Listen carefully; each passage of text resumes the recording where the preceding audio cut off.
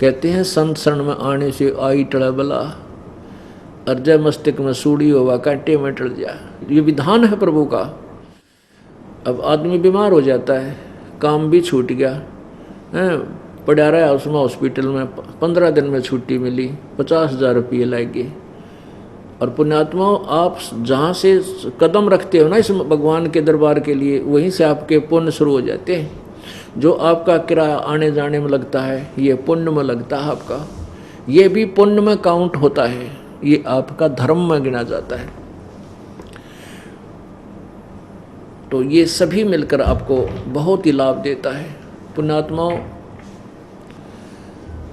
अब संसार के व्यक्ति जो भगवान से अपरिचित हैं, वो आपके बारे में ना जाने के विचार रखते हैं।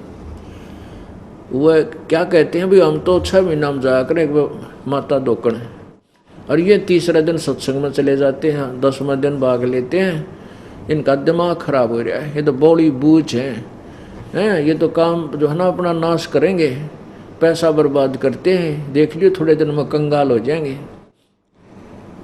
परमात्मा कबीर जी कहते हैं, चिड़ी चौंच भर लेगी नदी न घट्यो नीर, और दान दिए धन घटे नीनो, कह रहे साहिब कबीर। परमात्मा अपने सिग्नेचर कर रहे हैं कि दान तो धन नहीं घटेगा, लेकिन कुपात्र को दिया हुआ दान लाभ नहीं देता। सुपात्र यानी ठीक ठिकाने। अब बंजर खेत में गेहूं बोनता है, गेहूं नहीं उपलब्ध होगा। अपनी अच्छी संवारी हुई डहर के अंदर, डहर खेत में बीज बोगे, वो जमीन अपना धन रखेगी नहीं, कई गुना करके देती है। अब जैसे किसान 1 एकड़ जमीन में और 40 किलो गेहूं डालता है, एक बार तो वो ऐसा लगता है जैसे गेहूं बर्बाद कर दिए, माटी में गिर दिए, और फिर वो 60-70 मन, 70-80 मन लाता है 40 किलो के, यानी 1 मन के 80 मन गेहूं वो लेकर आता है 1 एकड़ में। अब पुण्यात्माओं, ये विचार करने की बात है कि जो इस प्रोसीजर से परिचित नहीं है परमात्मा के मार्ग तक, उनको तो हम ऐसे लगे हैं जैसे ये बर्बाद कर रहे हैं धन को। एक समय एक किसान गेहूं बोआ था, और एक बड़े शहर का रहने वाला कोई बाबूजी, कोई अच्छा कर्मचारी, जिसकी पहली बार गांव में ड्यूटी लगी थी, शहर से वो गांव की तरफ जा रहा था। रास्ते में उसने देखा कि एक व्यक्ति गेहूं को और मिट्टी में डाल रहा है। उस शहर के बाबूजी को तो वो गेहूं अपने घर में लोहे की टैंकी में देखे थे, गले हुए सुरक्षित, और उसके विषय में पता था कि ये खराब हो जाएंगे, पानी लग जाए तो खराब हो जाएंगे, उसमें और भी दवाई डाली जाती है ताकि वो ठीक रहें, खराब ना हो जाएं। और वो इतने अच्छे खाने की वस्तु है, जीवन दाता है गेहूं। तो उसने, बाबूजी ने देखा कि एक किसान गेहूं एक थैले में भर रखे हैं, और बैलों के पीछे एक यंत्र जोड़ रखा है, हल, उसके अंदर एक पाइप सी ला रखी होती है जिसको ओरना बोल रहे हैं, बीज बोने की एक पाइप होती है बीज छोड़ने की। तो उसमें डाल कर खेत की मिट्टी में वो गेहूं डाल रहा है। अब उस शहर के व्यक्ति ने सोचा, भाई यू आदमी मेंटल तो नहीं है, इतनी अच्छे खाने की चीज को और माटी में गिरने लग रहा है, इसका दिमाग खराब हो रहा है। वो खड़ा होकर कहने लगा, भाई रुकना, भाई रुकना भगत, भाई क्या कर रहा है तू ये? अरे इतनी अच्छी गेहूं कनक, देश में पहले ही खाद्य पदार्थों की कमी है, अन्न की कमी है, तू मिट्टी में मिला रहा है, तेरा दिमाग खराब है क्या? क्यों बर्बाद कर रहा है इस इतने अच्छे गेहूं को? अब उस किसान ने सोचा, यो बंदर कितना आ गया, यो मुझे शिक्षा दे रहा है। तो किसान बोला, बाबूजी मैं मिट्टी में गेहूं को बर्बाद नहीं कर रहा, मिट्टी में डालकर आबाद कर रहा हूं। ये बर्बाद नहीं हो रहा, ये मुझे आबाद करेगा। अब बाबूजी ने सोचा भैया अच्छा ये कैसे आबाद करेगा तुझे, तो खराब कर रहा है, ये तो खराब हो जाएगी। हमारे घर में ना लोहे की टैंकी में रख दें हम, और उसमें भी इसमें कीड़े लग जाते हैं, आप मिट्टी में डालकर कहते हो आबाद करेगा। तो किसान ने उसको पूरी तरह समझाया कि ऐसा है श्रीमान जी कि मैं 1 मन 40 किलो गेहूं लाया हूं और इस 1 एकड़ में डालूंगा, और फिर भूसा तो न्यारा होगा, जो धन मुझे मिलेगा पशुओं के लिए भूस जो बनेगा वो तो अलग होगा, और 80 मन गेहूँ ले जाऊंगा, इसमें से 80 मन गेहूँ मिलेंगे मेरे को। अब ये उसके गला उतरे नहीं, क्योंकि वो बाबूजी ने कभी प्रोसीजर देखा नहीं। वो कहने लगा अब मैं तेरी बात को मानूँ नहीं, ये तो मिट्टी में बर्बाद हो जाएगा, तो कति ख़त्म हो जाएगा, देख लेना तीसरे दिन। अब कुछ दिनों के बाद किसान ने कहा कि तू, कुछ देर के बाद उनकी डिस्कस चलती रही, फिर कहा तू 4 महीने पाछा आइए, फिर दिखाऊंगा जादूगरी तेरे को। अब उस किसान, उस शहर वाला व्यक्ति का फिर मौका लग गया, जब गेहूँ पकी हुई थी और ऊपर बाली में गेहूँ परिपक्व हो चुके थे। उसको किसान ने फिर दिखाया कि देख भगत जी, ए श्रीमान, एक दाने का, एक बीज का ये गुच्छा बन गया, इसमें सैकड़ों पौधे, 10-20 पौधे उग गए, और प्रत्येक में बाली, एक बाली में 20-25 ये गेहूं है। उसने ऐसे ऐसे करके वो दिखा, देख। तब उस शहरी व्यक्ति की आंखें खुली और उसको सत्य माना। तो पुण्यात्माओं, जो आज आप धन दान कर रहे हो, किराए में पैसा लगा रहे हो, उन व्यक्तियों को और अनजान व्यक्ति को ऐसा लगता है जैसे ये तो मिट्टी में बर्बाद कर दिया, नाश कर दिया, ख़त्म कर दिया, खो दिया। नहीं, ये बर्बाद नहीं हो रहा, आपको एक दिन आबाद करेगा। ये परमात्मा का विधान है। अब अनजान व्यक्ति ने तो ऐसा लगता है तुम नाश करने लग रहे हो, आपको पता है कि हम तो वो प्रोसीजर मिल गया हमारे को जो हमें आबाद करेगा। कुछ दिनों के बाद आप देखना, आपके घरों में सबसे न्यारे आपके घर होंगे, आपके बच्चे सबसे न्यारे होंगे, इतने निर्विकार होंगे, दुनिया ये सोचा करेगी कि अपने बच्चा की ब्याह करा तो रामपाल वाले चेलियांगे करांगे, चेलियांगे, नहीं तो अपनी बेटी ना आदमी ब्याह चल है ना, उससे पहले दिल न्यू करने लग जाना, मेरा किसा टकरा होगा, कोई शराबी हैं बटे हुए मिल गया, छोरी भी दुखी, माँ बाप भी दुखी। और हमारे घर में ये सैकड़ों, अब 100 कोस नहीं रहेगी ये बुराई, बीड़ी शराब मांस तम्बाकू की, और दुखी नहीं कर सकते एक दूसरे को। परमात्मा से डर लगेगा, थोड़ी सी भी कवासनी होगी तो 3 बार माफ़ी मांगेंगे एक दूसरे से, इतनी दया भर जाएगी। क्योंकि हम नास्तिक बन गए, भगवान से डर रहा नहीं, उसके संविधान से परिचित रहे नहीं, हम बर्बाद होते जा रहे हैं। एक दूसरे को चैन नहीं जरा सी भी, बेटी बहन तो पहला चिंता होले से भगवान क्यों करोगा, और 6 महीने के बाद तलाक के कागज तैयार हो जाते हैं। ये ऐसा जुल्म क्यों हो रहा है कि हमारे अंदर दया रही नहीं, भगवान का डर रहा नहीं, और परमात्मा का सहयोग रहा नहीं। अब क्या बताते हैं, अकल अलूने दीखते ये सर्व अकल के मूल, सदा रटे हरि नाम को ये झूले अनहद झूले। अब संसार को जैसे कहते हैं अकल अलूने दीखते, अकल अलूने उनने क्या करें कति बौड़ी बूझ मूर्ख से दिखा। अब संसार जो भगवान से अपरिचित है, इस मार्ग में नहीं लगा है, उनको तो हम अकल अलूने दिखें, कति मूर्ख नजर आते हैं।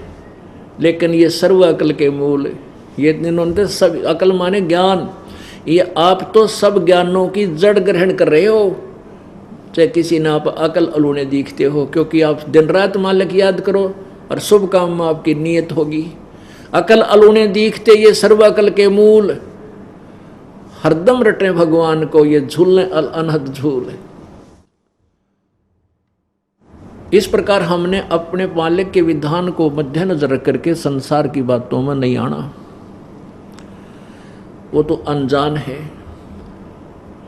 एक पहले हम गांव-गांव में जाकर पाठ किया करते थे, तो प्रारंभ में कुछ ये 2500 रुपये लगते थे उस पाठ के करने में। हम अपना किराया नहीं लेते थे, जो पाठ करने जाते थे कोई पैसा कोई नहीं लेता था, क्यों तकरीबन मेरे साथ जो भगत दास भी सर्विस करता था और भी सर्विस वाले भक्त थे वो साथ सहयोग दिया करते थे, छुट्टी ले लेते, सैटरडे संडे नाम पाठ कराया करते।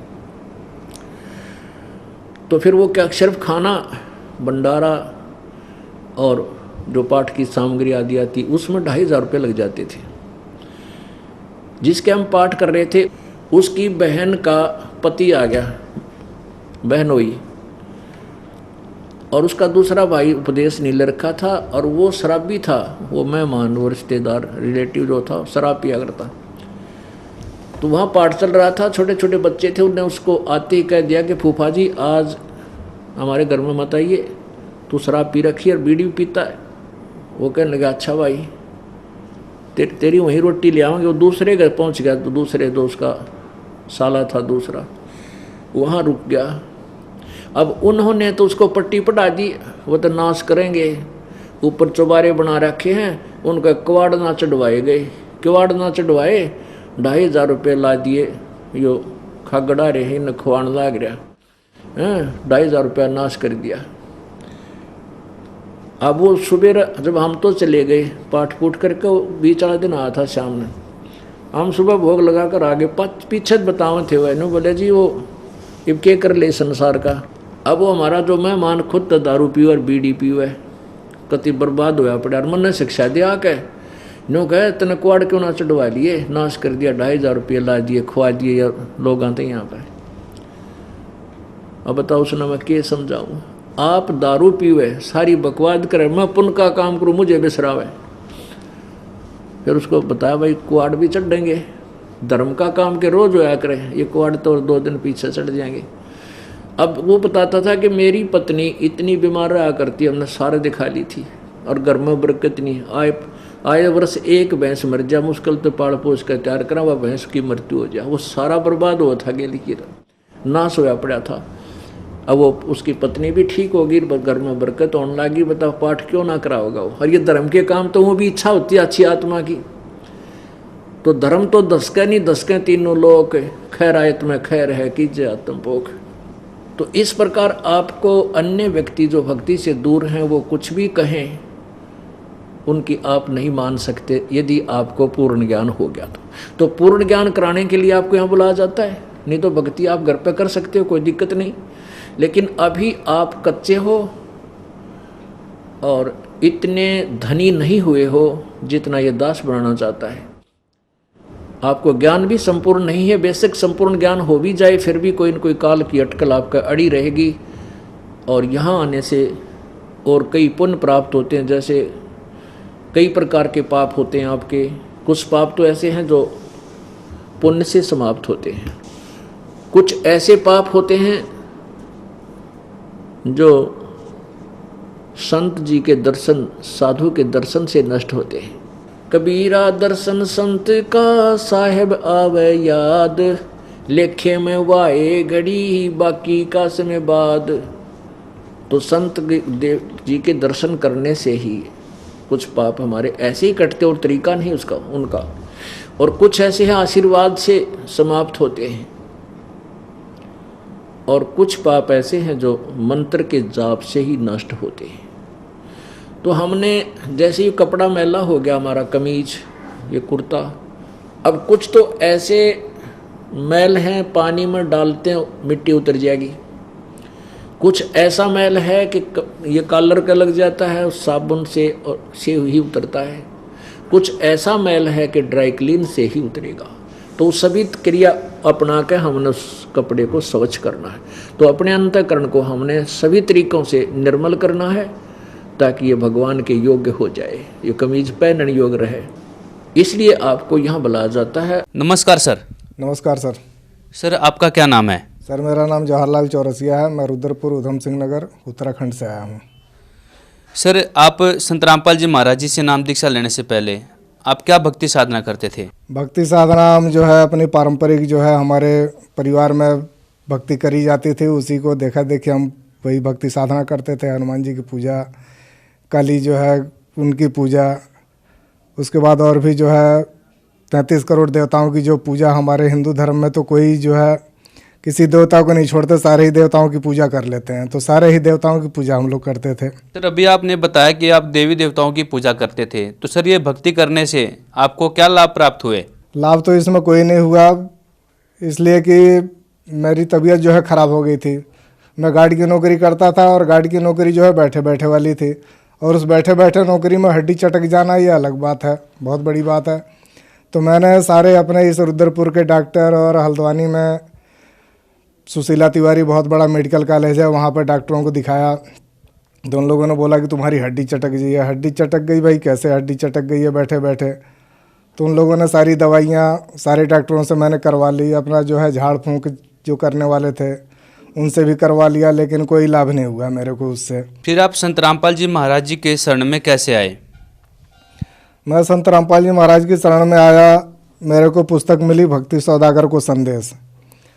तो उस पुस्तक के माध्यम से जो है मेरी जब तबीयत ये सही नहीं हुई, तो फिर उस पुस्तक को मैंने देखा कि इसमें इतने बड़े बड़े रोग अगर सही हो गए हैं, उनमें पीछे जो है भक्ति सौदागर को संदेश पुस्तक में पीछे कई भक्तों के अनुभव थे। उसमें देखा तो उनका बड़े बड़े रोग, कैंसर जैसे रोग सही हो गए। तो फिर मेरा ये कमर का दर्द क्यों नहीं हो सकता सही? तो उसके चलते मैं जो है फिर बरवाला गया। बरवाला जो है संत रामपाल जी महाराज से नामदान लिया, और जो है ये रोग मेरा सही हो गया 2 महीने के अंदर। उसके बाद मेरी पत्नी को जो है घुटने का दर्द और सिर का दर्द बराबर रहता था, रोज़ ही दवाई खाती थी वो। हमारे यहाँ से बाज़ार 100 मीटर दूर है, लेकिन उतने दूर बाज़ार में जाने में उसको आधा घंटा लग जाता था। 2 जगह उठक बैठक करते जाती थी वो। और वो नामदान लेने से, खाली उसका जो है संत रामपाल जी महाराज से नामदान लेने से ही उसका ये सारा रोग सही हो गया। सर संत रामपाल जी महाराज आज के समय में जेल में हैं, और सर आप संत रामपाल जी महाराज की बताई हुई भक्ति कर रहे हैं, तो सर आपको कैसा लगता है? संत रामपाल जी महाराज जेल में हैं, लेकिन हमारे को या जो भी भक्त समाज है हमारा, उनको लाभ तो उतना ही हो रहा है। ये तो है नहीं कि अगर वो जेल में बंद हैं तो हमारे लाभ नहीं हो रहे हैं। और जो है नए नए उनके रोज़ भक्त जुड़ते जा रहे हैं उसमें। अगर वो भक्ति साधना सही नहीं बताते तो कैसे उनसे जुड़ते? इसका मतलब उनका भक्ति सही है, इसलिए उनसे नए नए रोज़ भगत जुड़ते जा रहे हैं। सर हमने सुना है कि जो भी श्रद्धालु संत रामपाल जी महाराज जी से जुड़ते हैं और उनकी बताई हुई भक्ति करते हैं, उनको लाभ अवश्य होते हैं। तो सर आपका क्या अनुभव है? सर जी ये बात सही है कि जो संत रामपाल जी महाराज से जुड़ते हैं तो उनको लाभ अवश्य होता है। अगर उनको लाभ ना हो तो आज संत रामपाल जी महाराज जेल में हैं, लेकिन उनके अनुयायियों की संख्या बढ़ते जा रही है, तो बिना लाभ के नहीं बढ़ रहा है वो। मेरे को कमर में दर्द था, कमर दर्द जो है सारे डॉक्टर यहाँ पे हमारे रुद्रपुर के और हल्द्वानी में बड़े बड़े अस्पताल हैं, वहाँ पे दिखा लिया, कमर दर्द सही नहीं हुआ। जो है झाड़ फूँक करवाने वाले जितने थे उनसे करवा लिया, लेकिन संत रामपाल जी महाराज की शरण में जाने से हमारा वो रोग सही हो गया। हमारी पत्नी को जो है घुटने का दर्द और सिर का दर्द रहता था बराबर, रोज़ ही दवाई खाती थी, और वो दवाई खा के और दूसरी बीमारी हो जाती थी उसको, लेकिन उस नामदान लेने से ही उसका वो रोग सही हो गया। और उसके बाद हमारे पास जो है अपना कोई मकान नहीं था।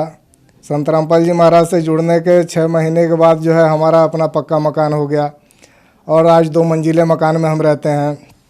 और उसके बाद हमारे को एक मशीन भी लग गई, दोना प्लेट बनाने वाली। उससे जो है हमारा गुजर बसर जो है अच्छे से हो जा रहा है, कोई दिक्कत नहीं है अब। नहीं तो पहले यहाँ पर जो है 6-7 हज़ार रुपये कमा के हमारा यहाँ पर गुजारा नहीं हो पाता था। और आज जो है 2-2 बच्चे हमारे दिल्ली में पढ़ रहे हैं। 6-7 हज़ार रुपये कमा के दिल्ली में आदमी कहाँ से पढ़ा पाएगा इस समय? आदमी अच्छे जो है वहाँ पे कमाने के लिए नहीं जाते हैं कि भाई दिल्ली का खर्चा इतना महंगा है कि हम वहाँ पर जो है कमाएंगे तो वहाँ पर हमारा कुछ बचेगा ही नहीं। और आज हमारा जो है ये स्थिति है कि हम 2-2 बच्चे जो है दिल्ली में पढ़ा रहे हैं संत रामपाल जी महाराज की कृपा से। और भी लाभ है हमारे को हुए। जब हमारा लिंटर पड़ रहा था तो ऊपर से जो है टीन के ऊपर मैं काम कर रहा था, टीन जो है हमारी टूट गई, और टीन टूट के जो है मैं बीच में गिर गया। एक तरफ जो है ईंट रखी हुई थी और एक तरफ जो है चारपाई थी। अगर किसी तरफ भी, अगर ईंट की तरफ गिरता तब भी चोट लगती, और जो है चारपाई की तरफ तब भी चोट लगती। लेकिन उस बीच में गिरा और ऊपर से ईंट भी कई गिरी, लेकिन मेरे को कोई हानि नहीं हुई। संत रामपाल जी महाराज की कृपा से आज हम जो है बहुत अच्छे से राजी खुशी से हैं हम लोग। सर आप जन समुदाय को क्या संदेश देना चाहेंगे? संदेश देने के लिए तो क्या है, हम संदेश नहीं दे सकते, एक प्रार्थना कर सकते हैं कि जो है ये आन उपासना में भक्त समाज लगा हुआ है, मानव समाज लगा हुआ है और उनको कोई लाभ नहीं हो रहा है। इतने एक्सीडेंट हो रहे हैं, इधर उधर आदमी के कई दुर्घटनाएं हो रही हैं, लेकिन आदमी तब भी नहीं सुधर रहा है। और संत रामपाल जी महाराज ऐसे हैं कि उनकी शरण में आने वाले को कभी कोई नुकसान नहीं हो रहा है। तो इसलिए ये मानुष्य जन्म जो है बार बार नहीं मिलेगा। संत रामपाल जी के शरण में आके और उनसे जो है सच्ची साधना लेके और भक्ति करो और अपना जो है इस मानव जीवन का कल्याण कराओ। सर, अभी आपने बताया कि जो भक्त संत रामपाल जी महाराज जी से जुड़ जाते हैं उनको कभी हानि नहीं होती है। ऐसी क्या शक्ति है संत रामपाल जी महाराज जी के पास कि संत रामपाल जी महाराज जी से जुड़ने के बाद किसी को भी कोई हानि नहीं होती? संत रामपाल जी महाराज जो है वो शास्त्र अनुसार साधना बताते हैं और जो है हमारे जो साधु संत हैं वो शास्त्र अनुसार साधना नहीं बताते, वो जो है आन उपासना कराते हैं। तो आन उपासना करने से हमारे को क्या लाभ होगा? भक्ति जो है करनी है तो उसको शास्त्र अनुसार भक्ति करो, उससे फ़ायदा होगा। जैसे अब डॉक्टर जो है दवाई देता है, अगर वो सही दवाई नहीं देगा तो कैसे हमारा रोग सही होगा? वैसे ही ये भक्ति भी है। और ये जो है संत रामपाल जी महाराज जो है भक्ति लाइन के सबसे बड़े डॉक्टर हैं। आके इनसे आप जो है अपना कल्याण करवा सकते हैं और इनसे जो है नाम दीक्षा लेके अपना इस मानव जीवन को सुलभ बना सकते हैं। सर, संत रामपाल जी महाराज जी से यदि कोई नाम दीक्षा लेना चाहे तो कैसे ले सकते हैं? संत रामपाल जी से नाम दीक्षा लेने के लिए टीवी पर कई चैनलों में सत्संग आ रहा है, उस पर जो है पट्टी चलते रहती है नीचे की साइड में, उस पर जो है नंबर आते रहते हैं। उन नंबरों पर जो है आप फ़ोन करके और नज़दीकी नाम दान सेंटर का जो है पता पूछ के और जो है वहाँ पर जाके आप नाम दीक्षा ले सकते हैं। धन्यवाद सर। सत साहब।